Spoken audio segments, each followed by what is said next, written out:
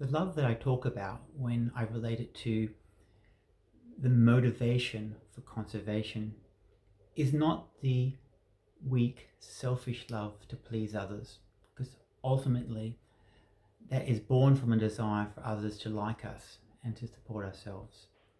Whether this is sort of love I'm talking about is very strong, and the interests of others go well beyond wanting them just to like you. It also, unfortunately, has to have an element which is very uncommon.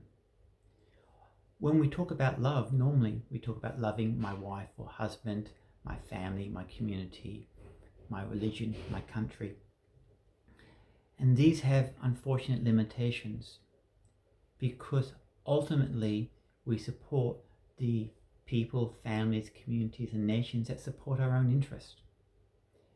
And even when we know our community or country is wrong, we will defend it vigorously against others. So in other words, we've just extended our inherent selfishness to a wider circle. And at some level, that's a good thing as part of evolutionary growth of morality.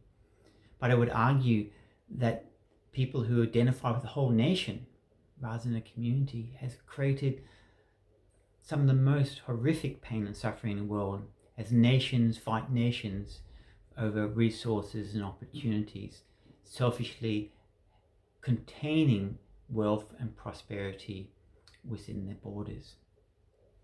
Similarly, probably the most tragic thing that happens without an expansion of love is if that doesn't go beyond humanity. We have unfortunately created literally a hell on earth for animals with factory farming, the live export trade, and these horrible wet markets full of dying and suffering animals. And this is a major cause of pandemics and global warming and pollution in the world.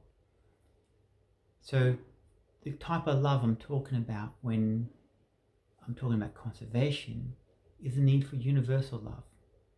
Universal love is true love, and you cannot identify it with anything. In fact, you eventually see all living beings as your own self living another life.